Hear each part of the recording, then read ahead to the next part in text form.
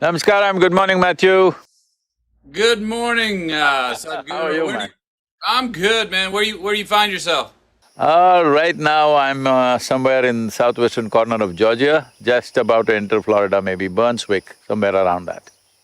All right. Well, I'm in Austin, Texas, Oh, so that's you're good. an hour ahead of me.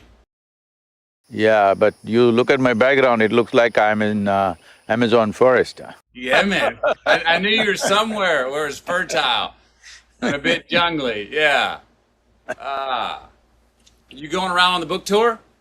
Yes, meeting people, talking, doing a little bit of, meeting people, that's it. No major events because pandemic, no assemblies, but just individual people. That's my last year. I wrote a book, Greenlight, to put it out, and I did it all virtual. It was all this for a year. There were some people that I miss being there in person, but Yeah. I must say that in a lot of ways, this way of communicating is it's very intentional. I mean, because I was in Milan, Italy at 9 a.m., London, England at 10, New York at 11, LA at 12, and when What the kind of LA jet, meeting was what over kind at of 1, I jet was do you having lunch use, with my Matthew? family. What's that? What jet do you use? This jet. That's what I mean. And I was like, look, I was all over the world, and I was done at 1 o'clock. In 30 seconds, when I was done, I was having lunch with my kids. I was like, this system's okay. I kind of like this in ways. I think in 2020, probably I've done 4 times more work than I would normally do traveling, Yep. literally. Yeah. Still finding time to get on your motorcycle. Yes, but right now, this trip I'm driving a truck with a small camper, so not entering any hotels or homes, just living on the truck, cooking for myself and managing things. I've got 4 Airstreams, Uh-huh. and I'm in one of them now in my backyard, and this is what I take on the road right here, and this Okay. particular Airstream. I got something that can go off-road, a little small, not very… that way it's not big as an Airstream, but this will go where you want. Nice. Nice. Well, cool, man. I'm glad we're gonna get to talk for a little while. Say howdy. I'm glad to meet you. I got a friend of mine, Mark Benioff, who's turned me on to you. He's an Okay. avid listener of yours. Um, How's Mark? Is he in Hawaii or in California? no, he's over further west, Hawaii. Yeah, Hawaii, that's what I asked. He told me Yeah, last time he was in Hawaii. yeah, yes. He's doing good. He's the one who turned me on to you. Thank you. Yeah. Um, Let me love to ask you a few questions. We'll get some conversations about all this good stuff. Your opening on karma, and this we could spend hours talking about this because this is my juice here when we say like lift the haze of the contradictions. Let's talk about some haze lifting on the contradiction. There's a symbol to me that has meant a lot to me. It comes from the Bible, Matthew 6:22. It's the mandorla, and it's saying that, and even Ralph Waldo Emerson talks about it. We talk about future and past. We talk about heaven and hell. We talk about good and evil, and we see these contradictions that butt each other. And the mandorla covers itself and is the third eye in the middle, and says that spot is the spot of paradox. That spot is where all the truth lies. That's where all the colors of the truth lies. It's not a contradictory shade of gray and compromise. It's actually where all the good stuff is. Paradox has been very helpful for me in understanding and having a high eye, a third eye, and not being so dualistic. Let's talk about that a little bit. Can you jump on that? Yes, Matthew, what is contradictory is essentially in the psychological space of the human being. In reality, existentially, nothing is contradictory, everything is complementary to everything else. Is the day contradictory to the night? No, it is complementary. If it was all day, you wouldn't know what is night. If it's all night, you wouldn't know what is day. So essentially, human perception itself, because it is through five sense organs, it can only always perceive only a part of it. See, if I show you this part of my hand, you cannot see this part. If you see this, you cannot see this. This is the nature of all our perception. All the five senses are able to perceive only with the context, otherwise they cannot. So because of that, because we are fed with this kind of part information, our mind tends to think that everything is contradictory to everything else. Man is contradictory to woman, night is contradictory to day, light is contradictory to darkness. No, they're all complementary to each other. It is just that because our perception is so fragmented, five sense organs are made that way. These sense organs are only good for survival process. If you want to know, they are no good. They are only good to help you to survive on this planet. That you can do by perceiving things clearly through your sense perception. If you want to know life the way it is, if you want to know this phenomena of life the way it is, you have to go beyond your sense perception. In a way, the entire yogic science is all about this. Even the karma that we are talking about is all about this, because all the karmic inputs are in this sense, bits and pieces of information out of which we are trying to make something. This is like a child starting to, let us say, we give him a 1,000,000-piece jigsaw, he puts 4 pieces together and says, here I got it, this is a bear, all right? But there are 1,000,000 other pieces that you have never seen. So, looking at life in pieces through keyhole visions makes everything look like one is against the other, but in existentially nothing against anything else, because as we sit here, see, that is your body, this is my body. This is my mind, that is your mind. What you call as my body, what I call as my body is what I have accumulated is my body, what you have accumulated is your body. What I have accumulated in impressions is my mind, what you have accumulated as impressions is your mind. But there is no such thing as my life and your life. This is a living cosmos. You have gathered a little bit, I have gathered a little bit, we're enjoying that. The privilege of creation is, the magnanimity of creation is that though we are really nothing in this existence, it has given us an individual experience, which is a tremendous, tremendous privilege. Unfortunately, human beings are not able to appreciate or understand this privilege. Though you are not even a speck of dust in this cosmos, you have an individual experience. You can look at it from your own end, as if you are a whole universe yourself. But if you take this individuality too seriously, everything will be contradictory. Once it's contradictory, as you get more invested in these contradictions, conflict is a natural outcome, you know. Yes, heard. You know, you said in your book, destiny is what you create for yourself, fate is when you fail to create your own destiny. I am a believer in responsibility. I heard that you don't drive through the red lights. I've run a few red lights.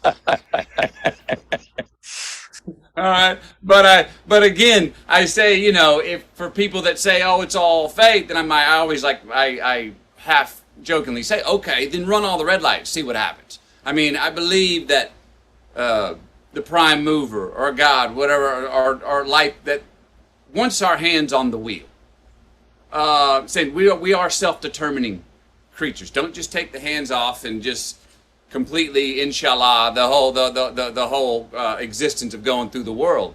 So there's a responsibility and fate, I think, and there's the fate of responsibility, and is that sort of what that line's saying? Destiny is what you create for yourself. Fate is when you fail to create your own destiny. That would be, there's a fate of responsibility. Fate is a fact in waiting.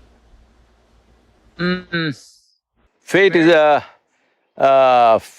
a destiny unattended.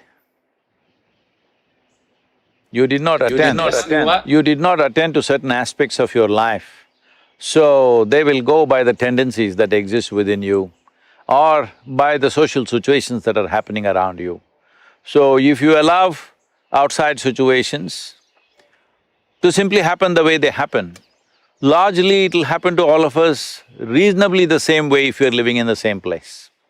But destiny means you take charge of it. And though Many times we may not be able to change all the physical situations around us, still we can change the way we experience it, nobody can stop us from that. What is your life is essentially the way you experience it. What is your life is not in terms of what you have around you. What your life really is the way you experience it. And the way you experience it, or whichever way you experience it, happens within you. What happens within you, if you don't take charge of that, I think it's a wasted life.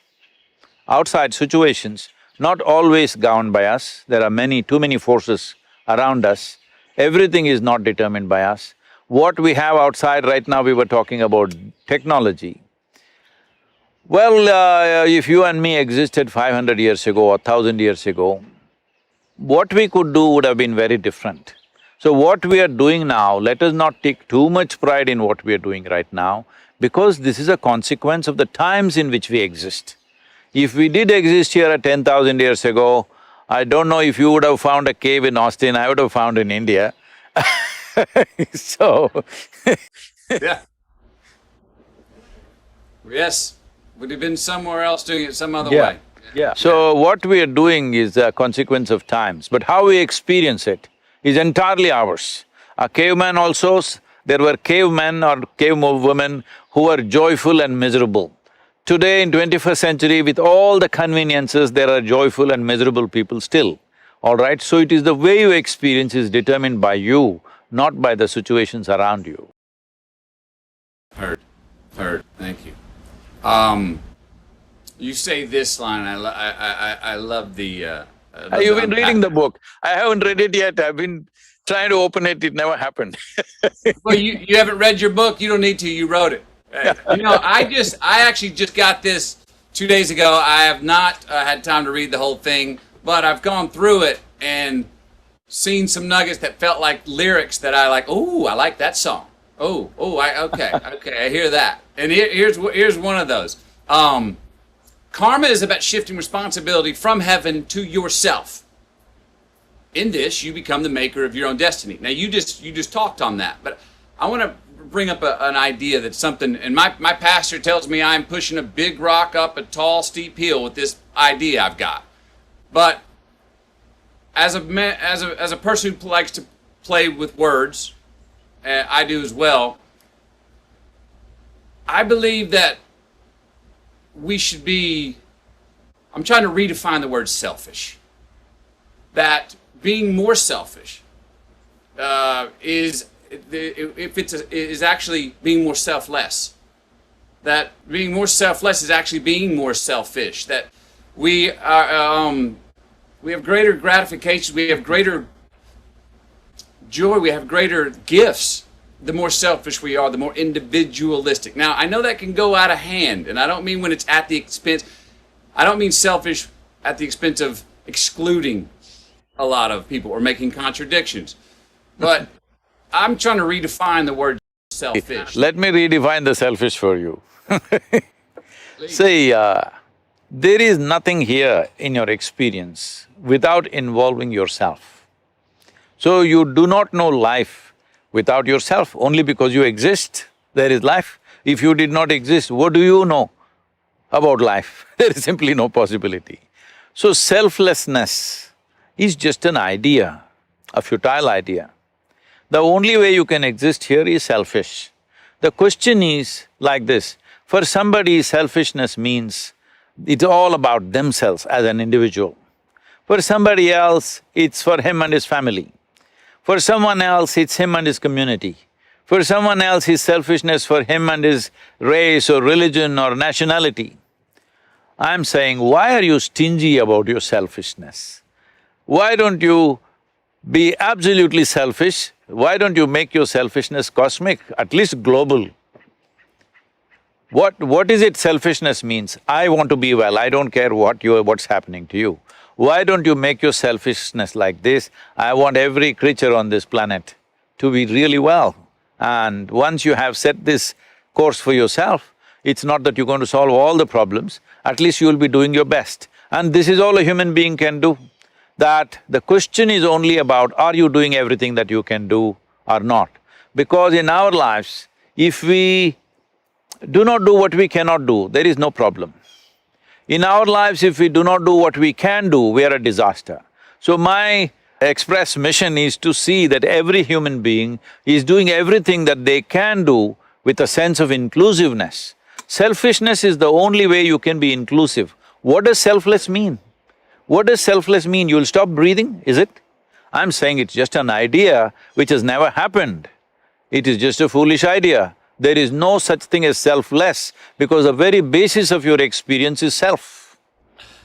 Yes, yes, yes. Question is your selfishness inclusive or exclusive? That's all. Voila, voila. Now don't be stingy with your selfishness. Yeah. No, don't be stingy with selfishness. At least with selfishness, be generous.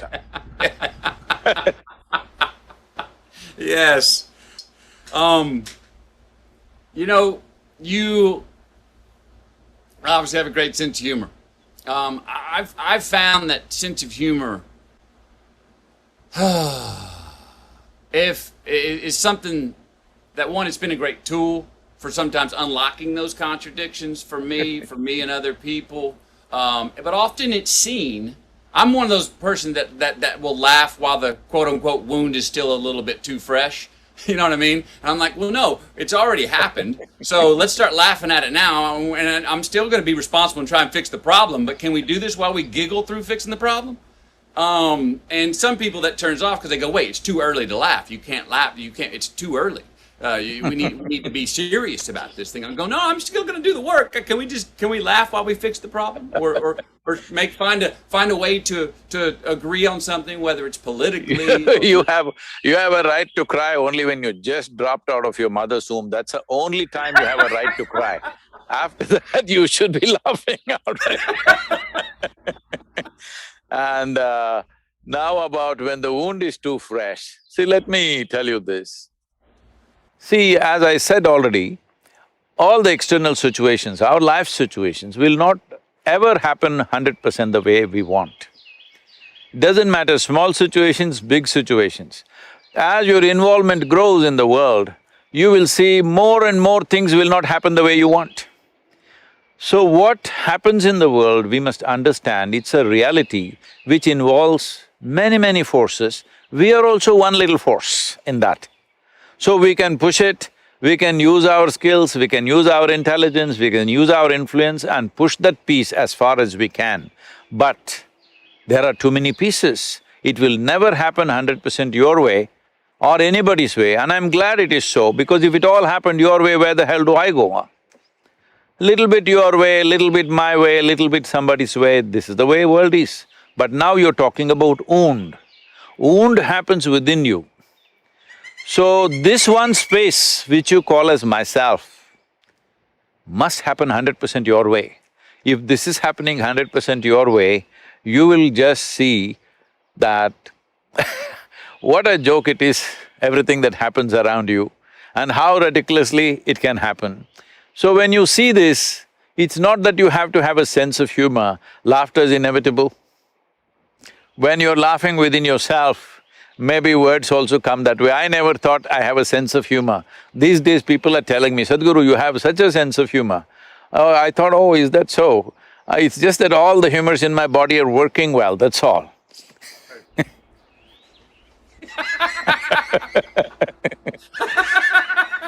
Let me tell you this. This happened, Shankaran Pillai once had a franchise for Radio Shack. I think Radio Shack is closed down now, if I'm right. Is it closed down or still on? I think they did. No, I think they did. Okay. I think you're correct. So he used to have a franchisee-ship for a Radio Shack. So one day he ordered a particular component. Looking at the catalog, he saw it is… he wanted a component which is 669 number, he ordered. And the component arrived after a few days. He looked at it and they had sent the wrong number. It was 966 they had sent. He wrote back to them and furious, you sent the wrong part. They said, just turn it around and see. Most of the time life is just that. You're seeing it one way and freaking, turn it around and see, you will laugh at the whole thing. Just flip it over, yes. Or say it back to front, what makes sense, the foot's on the other shoe. in my in writing my book, I noticed ways that I got what I wanted in life, ways I got what I was seeking, and I was very clear, even going into writing it, about there have been many things where I've engineered the success, that I have set the goal, that I said where I wanted to go and went to it and attained it as a traveler. Okay? Set goals and go get them. But I was surprised at how many times that I've found and got what I wanted or succeeded when I was looking for what I did not know what the hell I was looking for. When I was like, I'm going to go seek it. Those are the best times, huh? They're awesome. The one-way tickets, with no return ticket to go on a walkabout. Going, I don't know what I'm... You don't do walkabout in America. You need to go to Australia to do walkabout. I've done the walkabout in Australia. I've done the walkabout in Mali, Africa, and Peru, the Fugamundi. Yeah. And those times, I got what I needed. But I didn't know what I was looking for. I just put myself in a position to get rid of all the frequencies that I was having in my Western world and my busy life. I wanted to go someplace where nobody knew my name, where I didn't speak the language, where time was going to run way too slow for me until I got on time, and then all of a sudden realized that, I feel the rhythms of this place. I'm enjoying my own company. Because those trips for me, the first 12 days, I do not enjoy my own company. If you do not enjoy your own company, that means you're in bad company, obviously. Well, it takes 12 days. I had to, I think there's a value if you don't enjoy your own company to go, that's why I need to spend more time with myself then, so we can work it out, because I'm the one person that I can't get rid of, so let's work this stuff out. But after about 12 days, on around the 16th day, around the 12th day, I have a breakthrough where I'm like, okay, I've shaken off my demons, I've pulled off my talismans, I'm a naked child. And that's when all of a sudden, boom, an answer comes, and I'm light, and I've shed certain guilt, and I'm present much, and I'm not looking around the bend to see what's coming. I'm not looking over my shoulder to judge where I've been. But I guess my point is, we're all, sometimes we don't know what we're looking for, but we go find it. You talk about seeking the unknown, but to put ourselves in a place, do you think there's a value about put yourself in a place so you can hear it? Put yourself in a place so you can receive it. See, people keep coming to me and say, Sadhguru, please bless me, this should happen, that should happen. I tell them, see, my blessing is, may all your dreams not come true. They get shocked. I said, Sadhguru, why? Says, see, what can you dream of? Right now, I don't know what you're drinking, suppose it's coffee. If you have had 1 cup of coffee, maybe you will dream of a barrel of coffee. If you have $1 million, maybe you'll think of $1 billion. I'm saying all your dreams are just exaggerations of what you already know. If you go like this, you're ensuring that nothing new ever happens to you. So my blessing is, may your dreams not come true. May things that you could never dream of happen to you. If you have to be an open possibility like this, it's very important that we understand, that is why karma is important. Karma means it's the bedrock of your memory. It's the bedrock of your memory means who you are right now as a person. Matthew as a person, as a physical person, as a mental person, as an emotional person, and even as an energetic person, it is a certain volume of memory. Here there's evolutionary memory, there is genetic memory, there's articulate and inarticulate, unconscious, subconscious and conscious memories. All this memory put together, an amalgamation of this is one person called Matthew, similarly every other person. So, now do you want to stand on the stage of this memory? Let's say we see this memory like a platform. If you stand upon this, the richness of your life plays out and you can do your today's dance on that stage.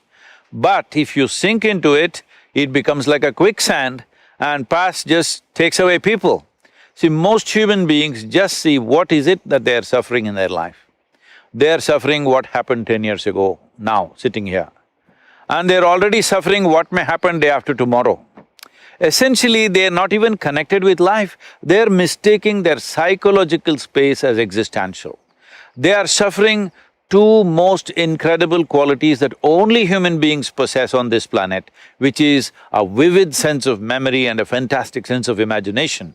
Unfortunately, most human beings are suffering this. Essentially, they're suffering an evolutionary process. They're just saying, if I was an earthworm, I would be more peaceful. Yes, earthworm is a fantastic creature, it is very eco-friendly, all that is fine, but the possibility is limited. The significance of being human is, the possibilities are unlimited, possibilities are immense. This is why we are on top of the evolutionary pile. When I say on top of the evolutionary pile of all these millions of creatures which are there on this planet, well, we are trying to reduce their numbers unfortunately, but of all these millions of creatures, in terms of evolution, in terms of our neurological capabilities, perception and assimilation of what we perceive, we are on top of the world. But most human beings are not feeling on top of the world because they are sinking into the platform of their memory. This vast memory is a tremendous thing. See, otherwise today, I'm just saying, see, here I am sitting, there is an evolutionary memory in me, which tells every cell in the body, clearly speaks, this is a human being. Suppose I got fancy for dog food and started eating dog food for 3 days, will I become a dog? No, there is evolutionary memory within me which will never allow anything like that to happen. Now I am here in United States, let's say I eat only American food, will I become an American person? Will my color change? Will my everything change? No, because there is genetic memory in me. So who you are, who I am, is essentially memory. The question is, will you stand upon this platform and do your act, or will you sink into it and die? This is all the choice you have. Boom. Yes. Yes. You say, I hope your dreams don't all come true. I love that. Don't say that, don't tell everybody, they will curse me. but listen, but tell me, here's what I hear when you say that. We're such a result-oriented people and culture. I gotta have my result. And we if I just get to the top of that summit, I'll have the ta-da moment. And we get to the top of the summit, we see it's a false summit. There's millions of more summits on the other side. You keep climbing, and there's another one. There's not a ta-da moment where we go, I've got it, all figured out. I think we get caught up so often in short-term gains, and short-term return, choices that give us short-term return on our own investment, us. And we're not making choices that are gonna buy us delayed gratification, not only longer in this life, but after we're gone, for our kids and our grandkids and our great-great-grandkids. So it's all a process, is what I'm hearing from that, and how I'm choosing to take that line. It's all a process. Enjoy the process. You do not ever get there. That's the point. That keeps it a game, because if you got there, the game's over. See, the finish line, everybody is interested too much in finish line, especially in the Western world, they think finish line is everything. If you're so interested in the finish line, do you understand what is the finish line for life? You want to cross it quickly, is it? It's ridiculous. Ridiculous. Everybody wants to live. So, living here means that now you're breathing, and here, this is living. So, if you're too much interested in the finish line, then you will cross it soon.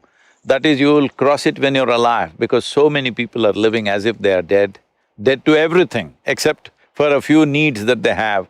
A whole lot of people are dead to all other possibilities of life. In yoga, there is a very good kind of a saying, which says, if you have one eye on the goal, you will have only one eye to find your way, which is very inefficient.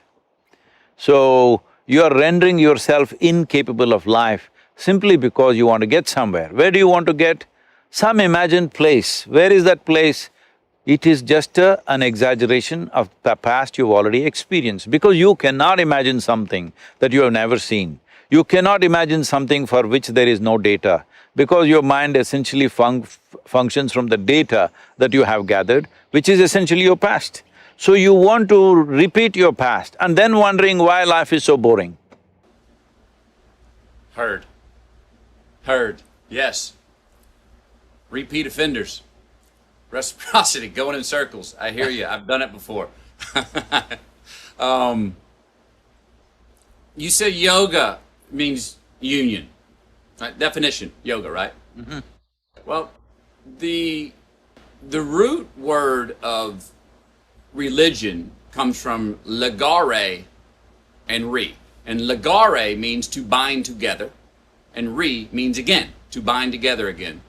The prescriptive definition of religion. Mm-hmm. Yoga means union.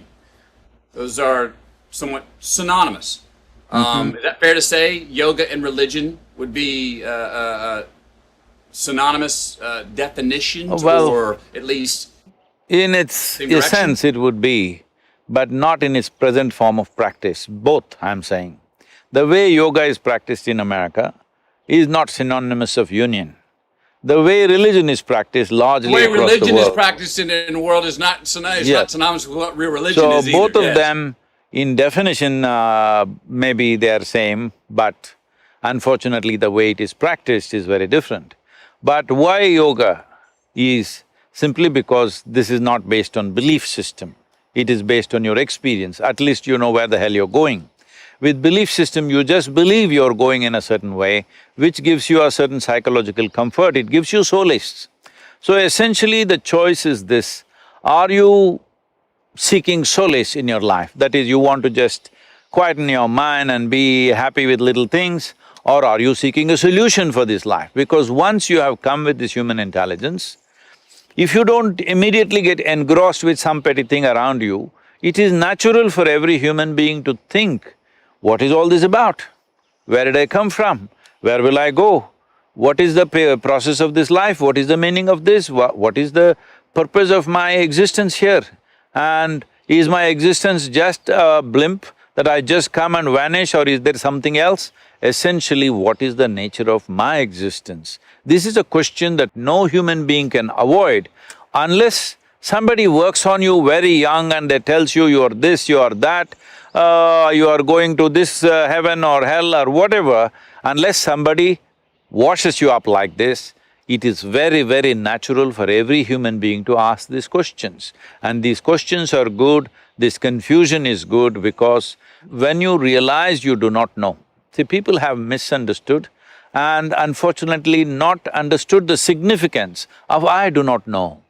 I do not know is the most significant thing in your life, because the moment you see I do not know, the longing to know, wanting to know, seeking to know is a natural consequence. Once there is a strong seeking, knowing is not far away, because anything that you wish to know about life, you don't have to search through a microscope or a telescope, because you are life.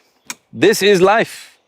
Right now I may call this by a name, right now it may have an identity in the world, but essentially this is life, and this is the only life I can experience. See, right now all these beautiful trees, I don't experience them. I only experience them the way they happen within me, the way they reflect in the firmament of my mind, and how I relate to them. Whichever way, I will only experience these trees within myself. There is no way I can experience these trees out there, and that's true for everything. You cannot experience anything out there, it can only happen within you. All experience, pain and pleasure, joy and misery, agony and ecstasy can only happen within you. Every kind of experience happens within you. When you understand this, well, if you realize I do not know, and then you start looking, naturally you will understand this. Once you understand this, finding the nature of your existence and becoming the master of your destiny is a natural consequence. The problem is we kill I do not know with belief systems, ideas, philosophies, ideologies. If you keep all these things aside, I think that's what in some way you did in your desert. I don't know which desert you went to. You didn't go to Kalahari, did you? No, I was Sahara and then West Texas. Okay. So, So in a desert means you're alone. So as you said in your own words, initially you're confused and struggling, but then as you pay attention, because when you nothing else to pay attention to, you naturally pay attention to how you work, every muscle in your body, the breath, heartbeat, everything, then you will start noticing what you call as within or what you call as me is an entire universe, and that's the only universe you've experienced.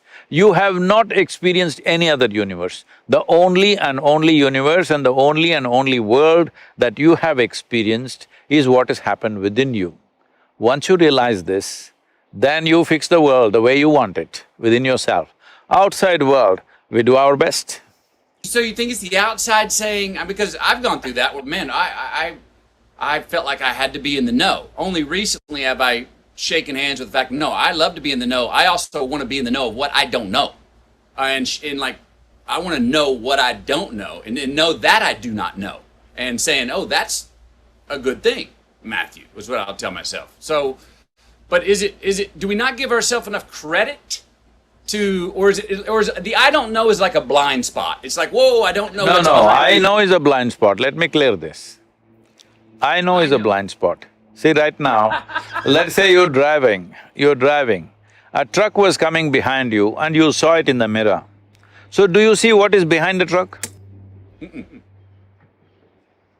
So you know there is a truck coming, but that's a blind spot, it blocks everything else. So right now you think, I know, that's like a blot in your brain, it doesn't allow you to see anything else. If you see I do not know is not about things around you. Fundamentally, see, you and me are sitting here talking long distance. We're sitting on a round planet, the damn thing is spinning all the time and also hurtling through the space at tremendous speed. In the middle of nowhere, nobody knows where this cosmos begins, where it ends. In the middle of nowhere, a tiny little mechanism called solar system. In that tiny little, super tiny place called planet Earth, in that Texas is a micro super space, in that Austin City is a super micro space, in that you're a big man. This is the problem. Because the moment I think I know, I become big in my perception. Once I become big, inevitably I'll make a fool of myself. Whether I realize this in this life or not, somebody who has eyes to see will see this is a bloody fool.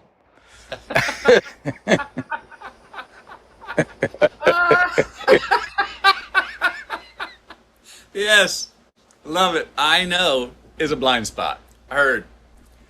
But we tell ourselves, the world tells us the opposite. That no, the self-assurance, the confidence, even if it's a false confidence, will get you, what you want. We reward that in life, in this life, in the mortal life. We reward that with money, with jobs, with even blue ribbons and gold medals sometimes.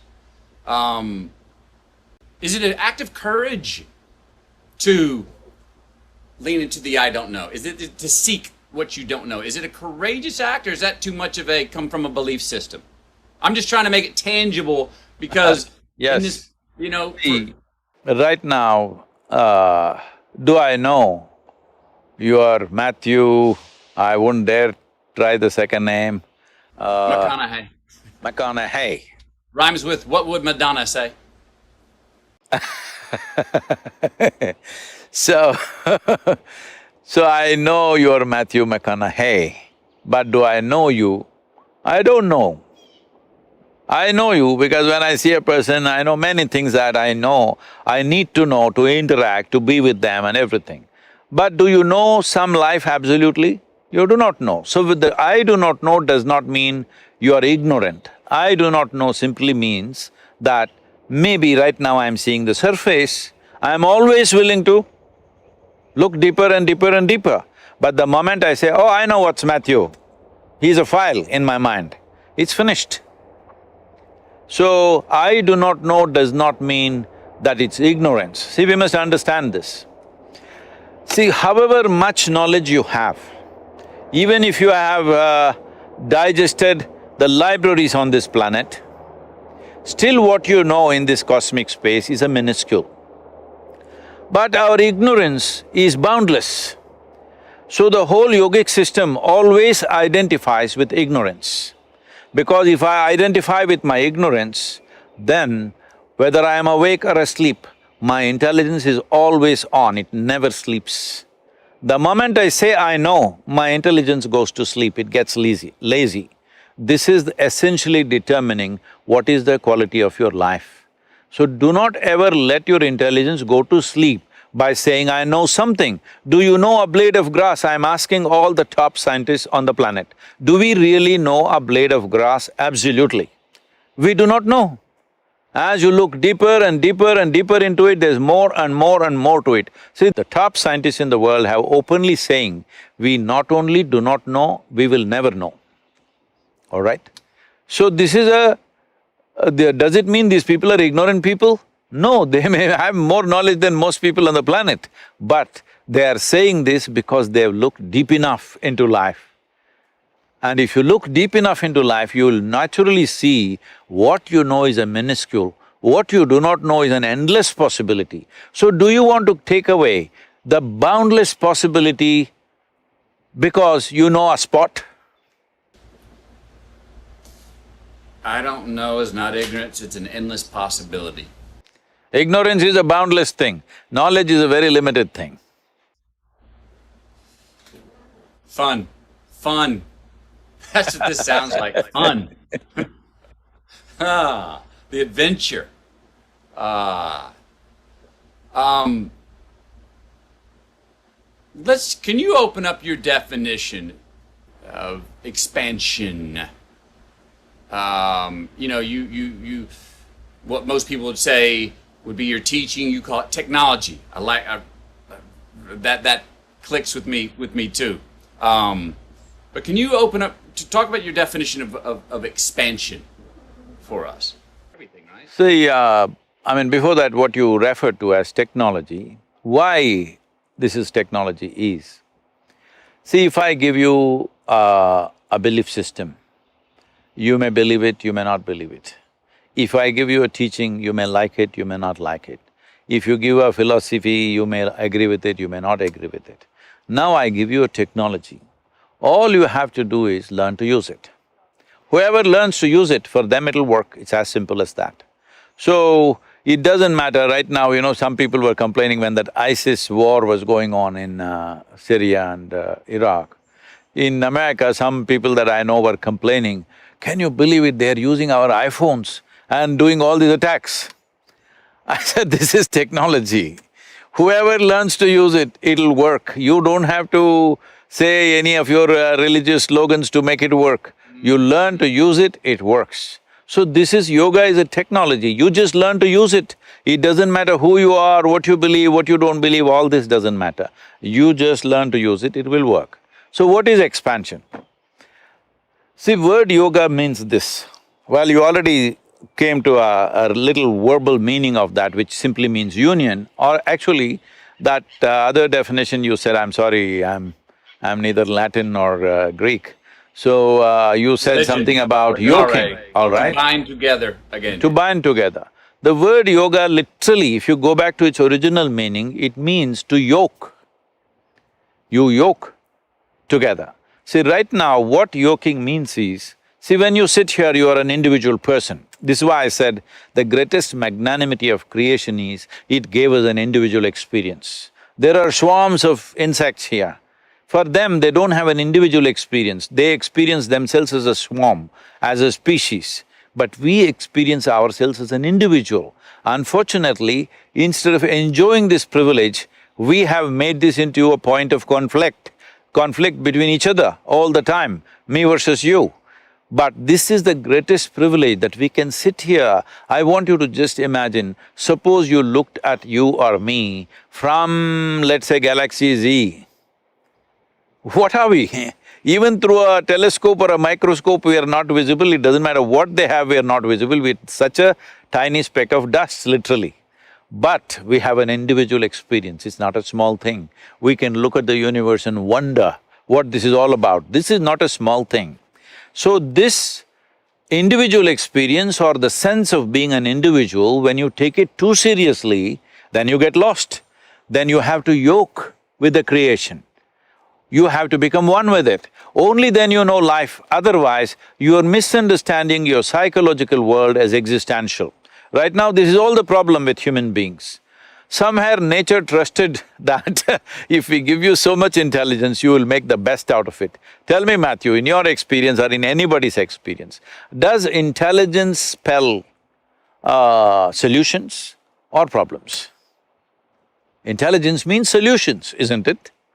Unfortunately, today it's human intelligence which is causing all the problems, simply because we are too stuck with our individuality. We don't understand this is just a privilege. Tomorrow morning if they bury us in the land, we will become one with everything, all right? All this countless number of peoples who walked this planet and they also thought they are great people, where are they? All topsoil right now.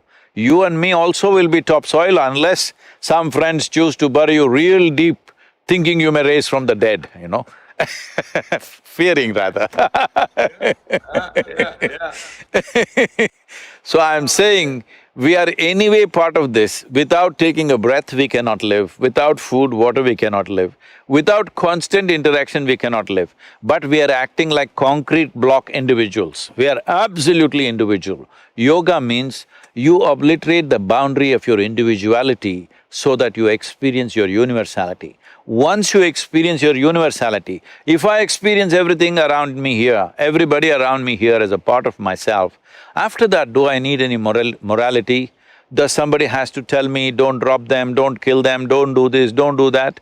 Once I've experienced something as a part of myself, with that I have no conflict. This is yoga. See, right now, for example, these 5 fingers, I have 5 more, okay, I'm only showing you 5.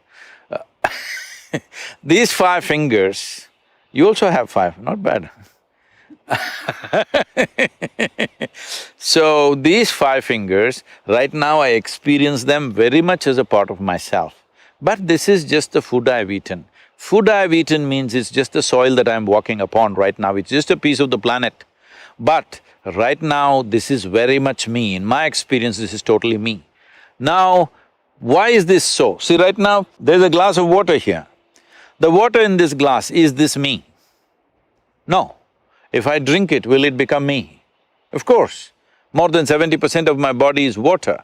So what is it that happened? All that happened was, as you have a physical body, you have a sensory body. Your sensory body is the boundaries of who you are. See, if you touch your you do this, Matthew, with your right hand, just touch your left hand. Is that you? 100%, isn't it? Touch the chair on which you're sitting, is that you? No. No, how do you know? It's just that here there are sensations, here there are no sensations. So essentially what you're saying is, what is within the boundaries of my sensation is me.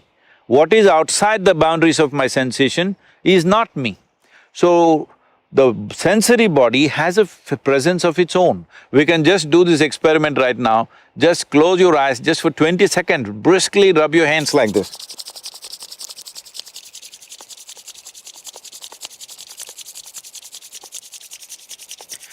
Hold them about 3 to 4 inches away from each other.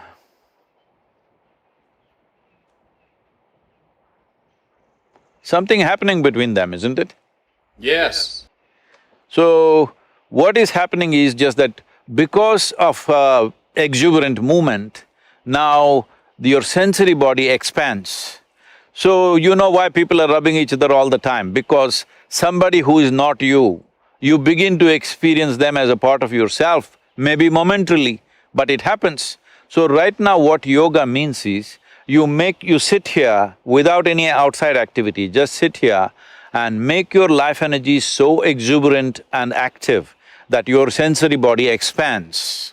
If your sensory body expands to the size of the room in which you're sitting, you will experience everything around you as a part of yourself. If your sensory body expands like the universe, then we say you are a yogi. That means you become one with everything. Today, if you go to a yoga program, In a studio, people are calling themselves yogis, that's not what it means. It means that you obliterated the boundaries of your individuality and you became one with everything in your experience.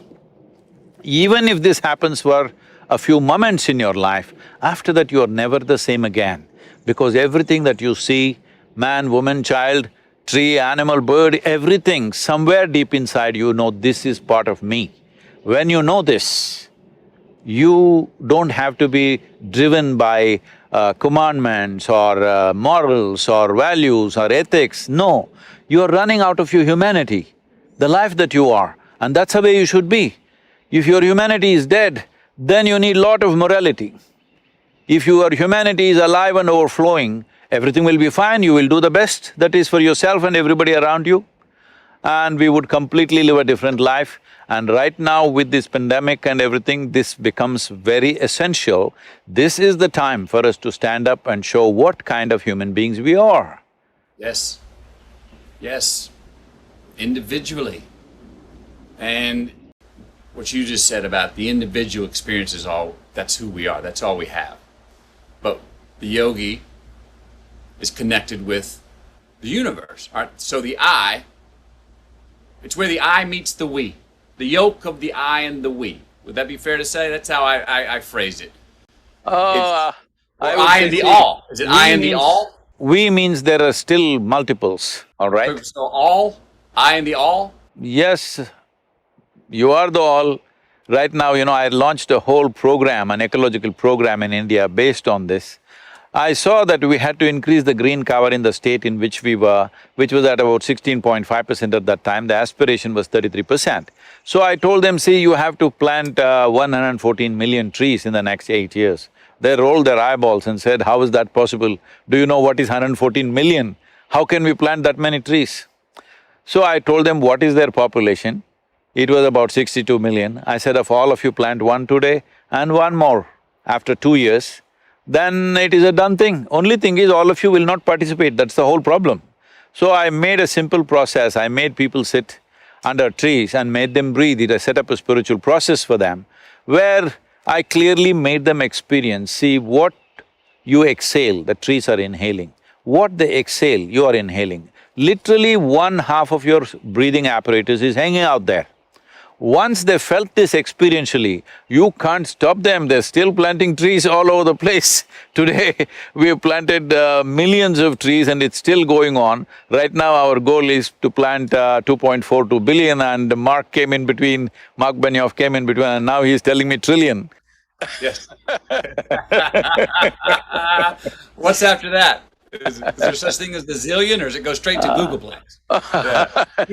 No, after that, one day to be buried under a tree so that you become good manure for one tree at least. Because that's all the flesh I carry, only for one tree.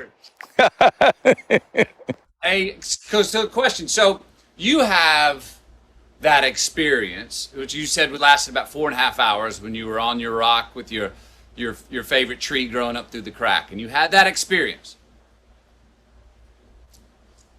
How many years ago was that? That was when I was… that was 1982.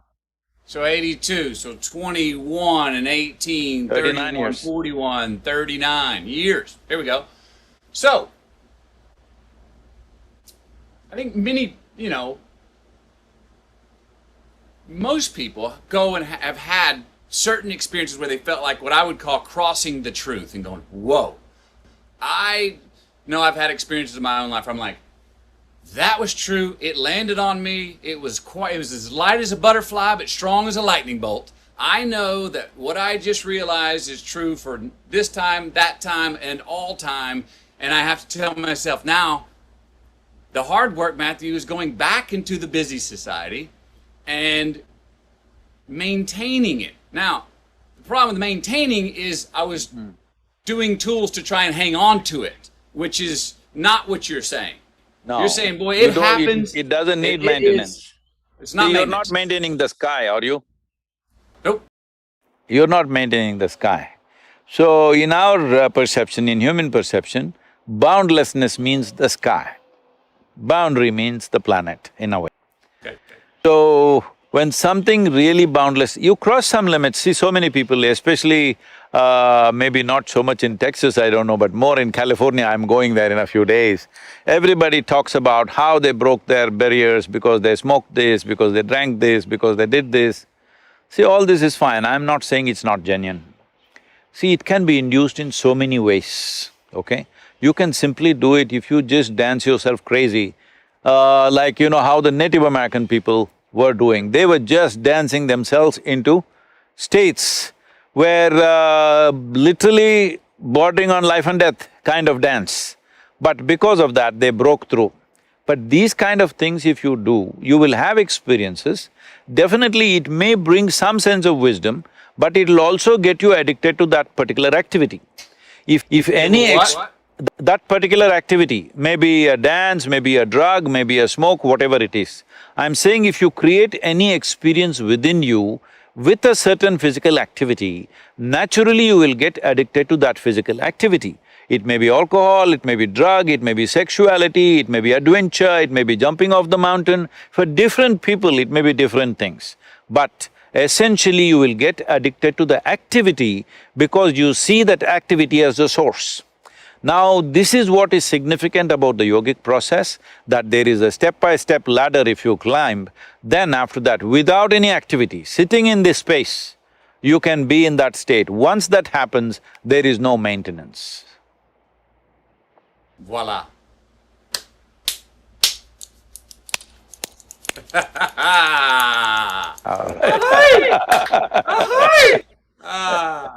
Well, beautiful. I could would love to go on talking hours, days, and hanging out, etc. I really dig where you're coming from and happy you're sharing what you're sharing. Because I think you're turning a lot of people, obviously turning a lot of people on to themselves. Amen for that. For keeping us involved. And boy, we need that, like you said, we need personal involvement now more than ever to evolve as a species, it seems, you know. So this is a time, I'm saying, particularly in India right now, last 2 weeks have been grim, all right? It's been a very grim situation out there and still going in that direction. Well, now lockdowns, curfews, all coming, maybe it'll turn back a little bit, but we need to understand this, that we have come to a time where there are many, not mainstream scientists, there are many, other kinds of scientists who look at various things. They need not be 100% wrong or 100% right. They're talking about how this has all happened because of the biological push we have done on other creatures, whatever. This is a script for Hollywood movie, that how we pushed the biology and how all the virus sat together and planned and got at us. I'm saying not that, but I'm just saying, essentially, we have reached a point. Different generations have reached different kinds of situations, but we have come to a place, our fortune is right now, this virus, the carrier, the sole carrier is human being. Earlier, we've had this kind of pandemics or epidemics where carriers were mice, birds, mosquitoes, other kinds of things, we couldn't stop them.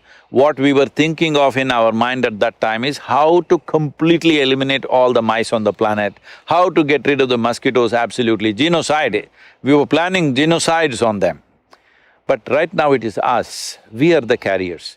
You can see this as a great blessing and a great curse.